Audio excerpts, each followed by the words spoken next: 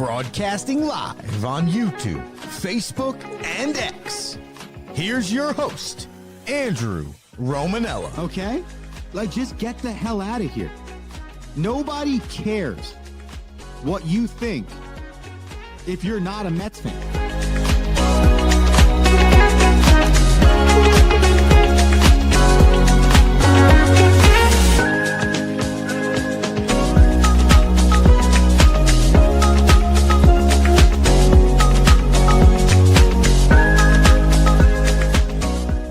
What's going on, everybody? Welcome in to another edition of The Rome Show, broadcasting live on YouTube, X, Facebook, and Instagram. I'm your host, Andrew Romanella, and we make our rightful return to the morning time slot after a 2-day sabbatical, really 3-day sabbatical, because we did the special Monday Night Football preview show in the evening. So it feels good to be back here in the morning, waking you up the right way with The Rome Show, reminding you to subscribe to The Romanellas on YouTube. That's youtube.com/The Romanellas, or The Rome Show 1, Instagram, Facebook, X, TikTok, whatever the deal is. Those are the two places you can both watch the show and subscribe and follow. The Rome Show podcast also exists wherever you get your podcast. We have some things to catch up on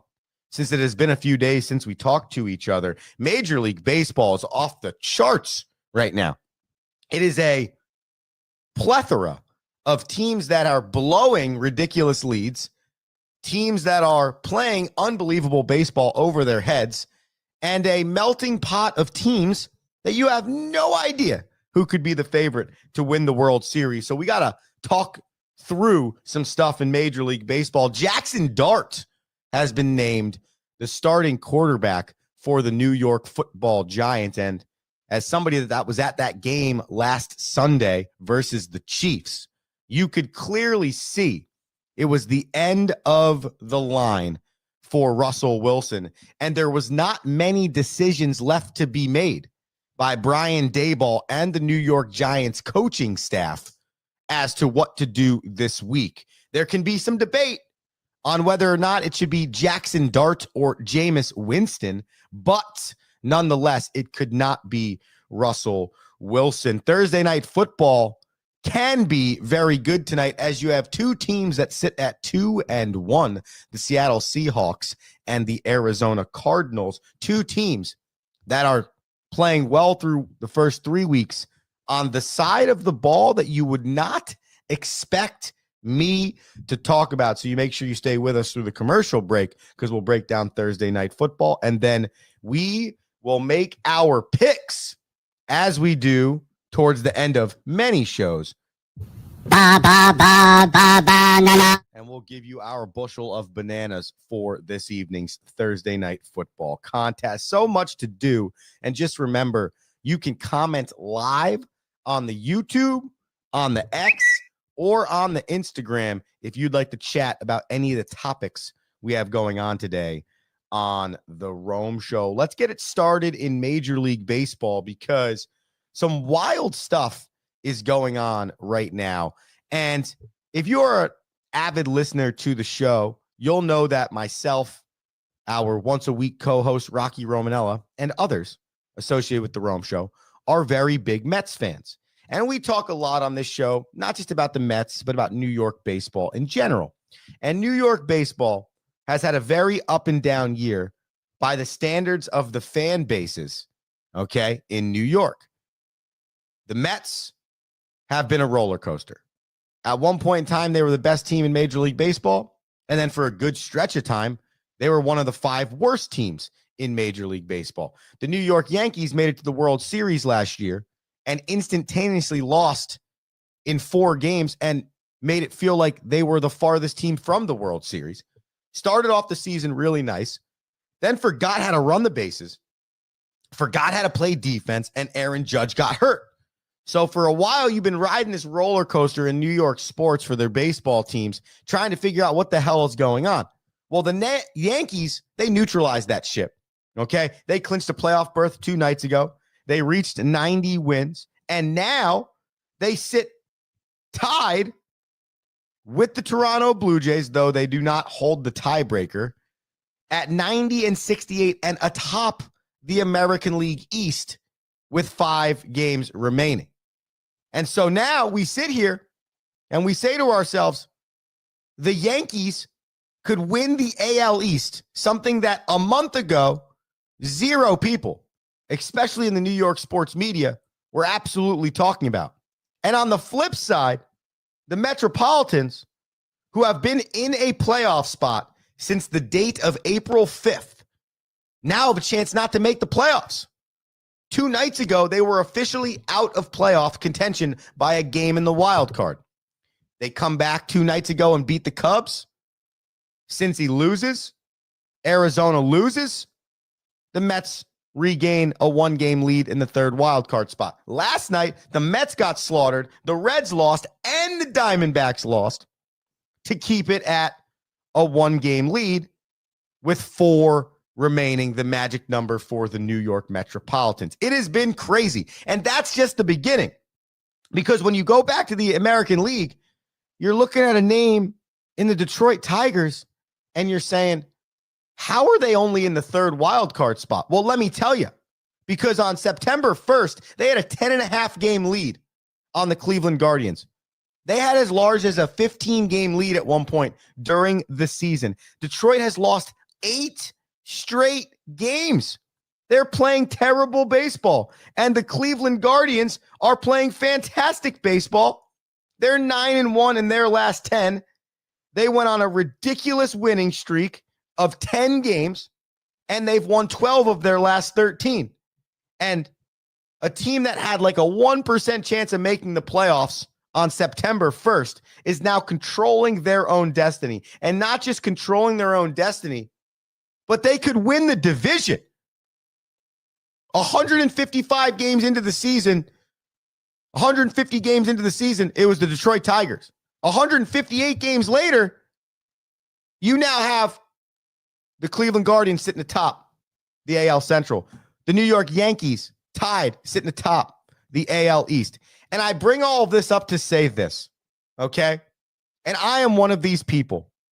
I want the Major League Baseball season to be shortened. I believe 162 games is ridiculous. Way too many. And what you're realizing here is that it's also becoming too many for the players, okay? Over the last 5 years, the amount of collapses or quote unquote big leads lost in Major League Baseball is off the charts. The drastic swing in teams is off the charts. The amount of teams this year that have been like the Tigers, the Guardians, the Mets, the Mariners who clinched their playoff berth yesterday, the Yankees, the inconsistency of all of these teams, these major losing streaks. Where is this coming from? It's coming from the length of the season. It's almost impossible to really care about anything until September. And what this whole situation has taught us is it really does matter till the last game of the year. It does. There's no one in their right mind that would have ever thought the Cleveland Guardians would make the playoffs, let alone win the AL Central, which they have a chance to do now. A month ago, everyone in New York fired Aaron Boone and Brian Cashman because they believed this was the worst iteration of the Yankees in 5 years. It still could be. But they've made the playoffs 9 of the last 10 years, and they were in the World Series 365 days ago. Okay? But the ebbs and the flows, the ups and the downs, it's crazy. And that's because the season is so long. It's impossible. It's impossible. So what I've learned in this playoff race is if my team has to have times of badness, and they will, I want it to be early. I want my team to start 39 and 45. I would rather my team be 40 and 42 at the halfway point than 50 and 32. I mean that honestly, because all I'm learning in Major League Baseball is arguably the hardest thing to do long-term over 162 games is to win a pennant. Hardest thing. Win your division, win a pennant. Hardest thing. And why? Because it's so hard to stay locked in and at your highest level of athlete for that long. Maybe that's what makes 162 good. I have no idea. I am more of a fan of a sprint to the finish. And I heard this yesterday on the radio, and I posed this question to the people right in. The Romanellas on YouTube, the Rome Show 1 on X or Instagram. Should the Detroit Tigers feel good about themselves if they make the postseason? Like, okay, so let's say the Cleveland Guardians win the division and the Detroit Tigers win the third wild card. Should they celebrate that? Should they be excited about that? Because the status quo in Major League Baseball is you make the playoffs, you celebrate, you pop champagne. But are you proud of that? You led the division for 99% of the season, and you lost it in the last 1%. Are you happy with that? If I'm a Mets fan, am I satisfied? I was the worst team in baseball since June 15th, essentially. Am I okay with that? Am I limping into the postseason? And I know the adage is just get in. Just get in. Right. But when you had a 12-game lead of a division, a 15-game lead of a division, is just getting in okay? Does that suffice? Is your franchise in a better spot because you blew a 14-game lead in the AL Central, but you got in? Is that a good thing? And then if you do get in after collapsing the way they've collapsed, and then you lose in the first round, is that a positive season? I don't think so. Not with the expectations this Detroit Tigers team had. And by the way, they could still not make the playoffs. That is correct, because the Houston Astros are only 1 game behind them in wild card spot 3. I'm sorry, but there's no positive coming from me if I'm a Detroit Tigers fan and we barely limp into the postseason. As a Mets fan, I'm not insanely excited with how this team has potentially gotten to the postseason. To finish, to wrap it up, as a Reds fan, as a Diamondbacks fan, I might be a little bit more happy, proud, because we've been fighting from behind the entire year. Expectations or not, our team has been under that line of postseason the entire year, but we haven't stopped. We've continued to fight. So now you make the postseason as one of those teams, different animal. Different animal. You should be proud. The fight was there.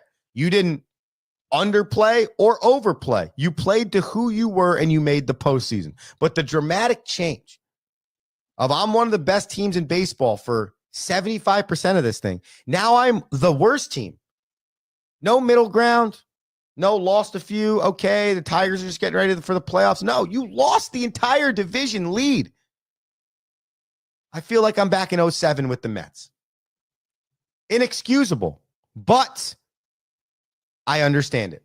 Because of the length of this season, it is very hard to be the same team from May 1st to October 1st. By the way, here are the teams that have clinched a postseason spot in Major League Baseball.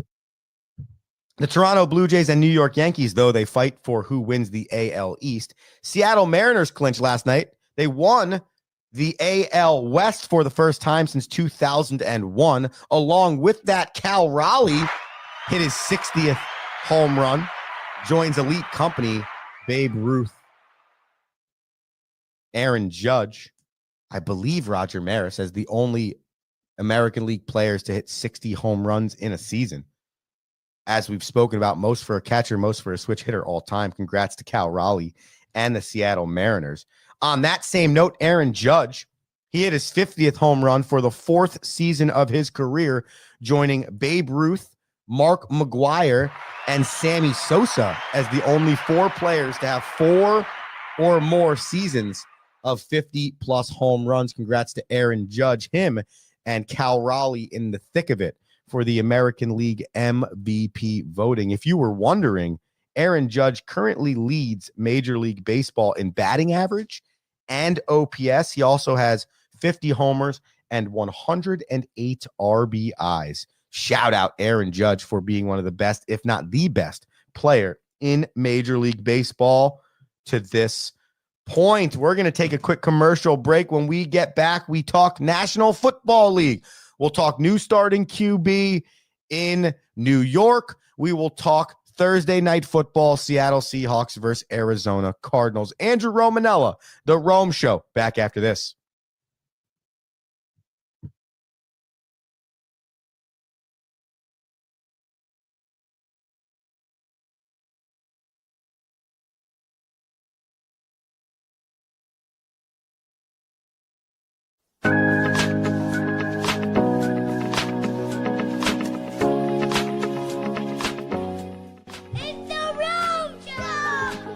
Broadcasting live on YouTube, Facebook, and X. Here's your host.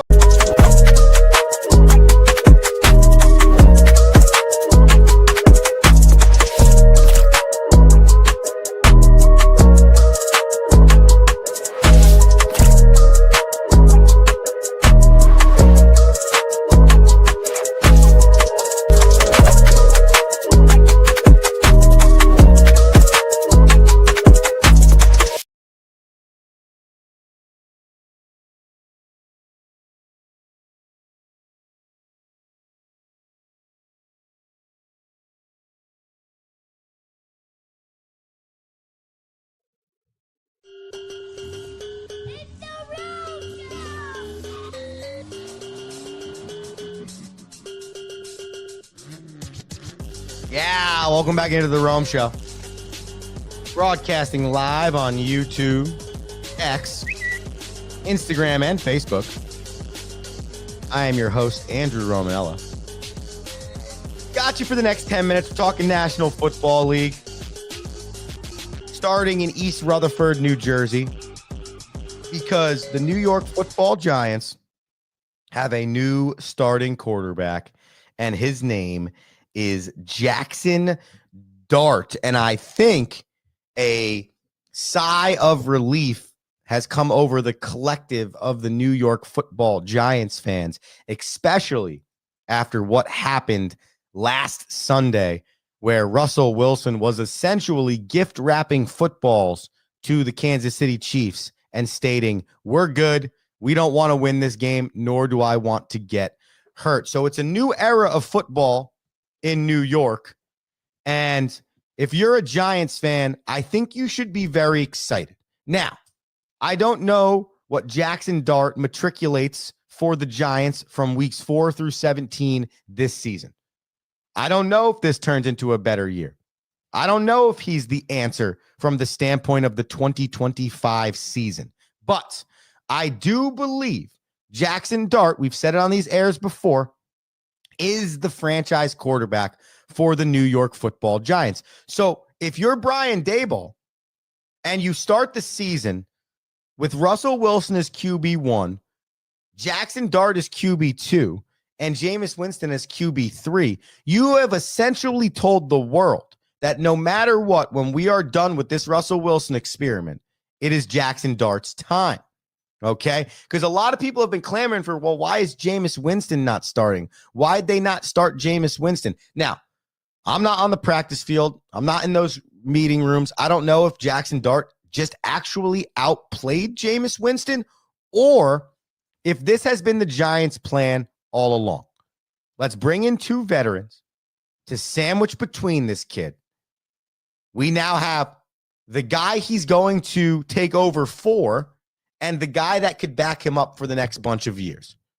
And you just slide Russell Wilson out, just slide Jameis and Jaxson Dart up, and you go Jaxson QB1, Jameis QB2. And if I'm a Giants fan, moving forward for the rest of the 2025 season, I am very confident in that. I am very confident in a Jaxson Dart or Jameis Winston-led New York Football Giants, because some of the decisions Russell Wilson makes in 2 of the 3 weeks he's played, but even in the week where he had his best game and he threw the interception in overtime, what I've been calling it is a left leg heave.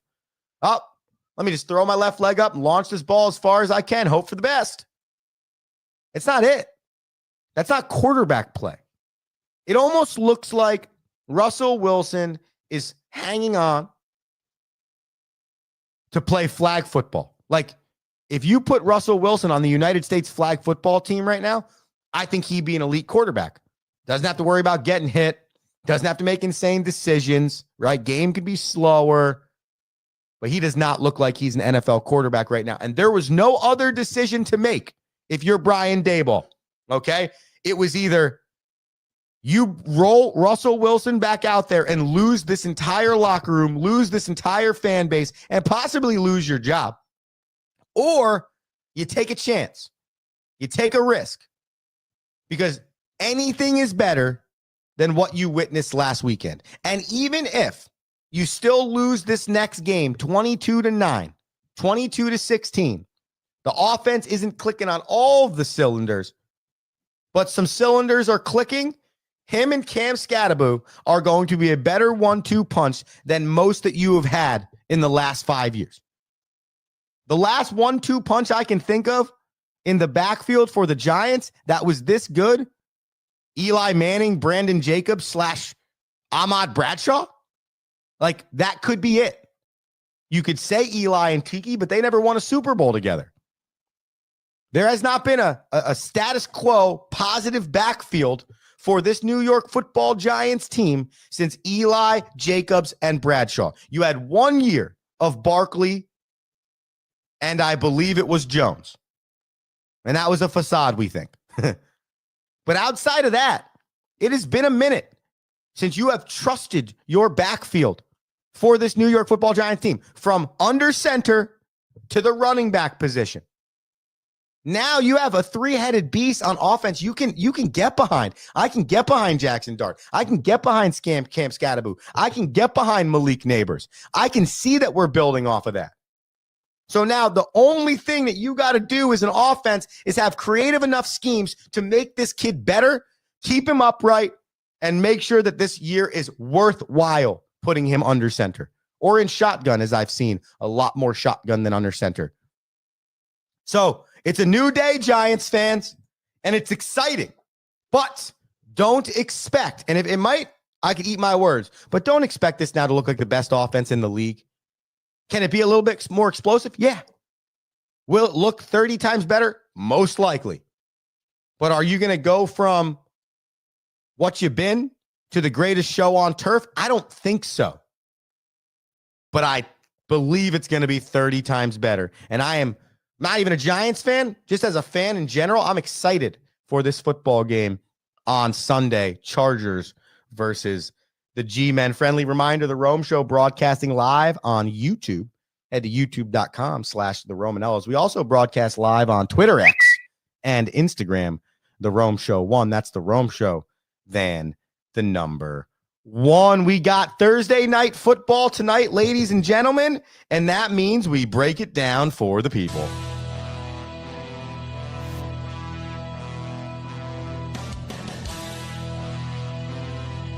Right. Tonight, the Seattle Seahawks take on the Arizona Cardinals. The Seahawks, they are favored on the road, by the way. They're in Glendale, Arizona, by 1.5. Both teams come into this game at 2-1. Seahawks, 5th in the NFL in points per game on offense at 29.3. Arizona, not as great at 20.7. Sticking with the Cardinals, they are below average in all three offensive categories. 16th in the run, 28th in the pass, and 19th in points per game. For Seattle, it's a little bit of air raid, 5th in points per game, 12th in passing, but significantly struggling in the run game at 22nd in the league, averaging just 96 yards per game. Now, I tell you all that to tell this. When you look at these two teams, Seattle with Jaxson Smith-Njigba, Kenneth Walker III, and their new QB signing of Sam Darnold, you look at this team as a team that is going to be offense heavy first. With the Arizona Cardinals, you do the exact same thing. Trey McBride, James Conner's now out for the year, so you take him off that list. Kyler Murray, Marvin Harrison Jr., you say, okay, this could be an offensive juggernaut team. Well, both of these teams, both of them come into the league with a top 5 defense and top 5 scoring defenses in the league. First for Seattle, second in the league total in points per game given up at 15.7 and total points overall through 3 games at 47. The Arizona Cardinals, fifth in the league in points per game at 17 points per game given up on defense. The over-under in this game is 43.5, and I think that is why. Because though Seattle's offense is top 5 in the league at 29 points per game, you can stop the run against this Seattle team, okay? They have not figured out the run. They're more of an air raid offense. If you are the Cardinals, you got to get this offense right.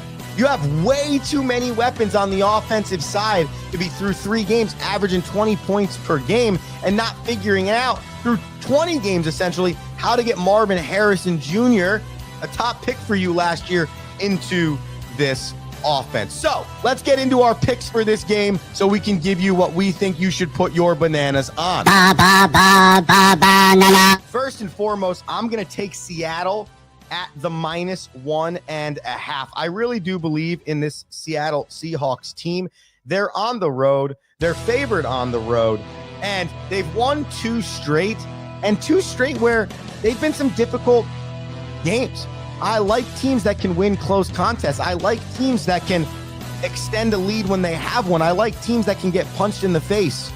I like teams that are ugly, that no one expects to be good, and then they find a way. Seattle feels like they could be that team moving forward. So I'm going to take Seattle at the -1.5. Sam Darnold's passing yards over-under is sitting at 225.5 for this contest. I'm going to take the over on that because though Arizona's scoring defense and overall defense are top 7 in the league, top 5 in the league, the one flaw on this defense so far through 3 games has been the passing yards given up per game. 29th in the league at 264.3 passing yards per game. I'm going to put that and say, give me Sam Darnold over 225.5. And whatever Jaxson Smith and Jigba's reception or receiving yards prop is, I would also think about hitting that one up, because if it's going to be that possible for the air raid of Seattle to dominate, I'm going to want to take some of those numbers. So Seattle -1.5 and Darnold over 225 passing yards. If you want me to make a prediction, I think Seattle's going to win this game 24-20. It's going to be a tight contest, but I do give the slight edge to the Seattle Seahawks. Ladies and gentlemen, that is the Rome Show here on a Thursday. Happy to be back in the morning. Man, I really miss it. We'll be back tomorrow morning. Friday, we got Seska's Sense. We got What You Watching, and we got so much more. So just make sure you subscribe on YouTube, follow on Instagram and Twitter X, and make sure you tune in every single day. Andrew Romanella signing off and saying peace.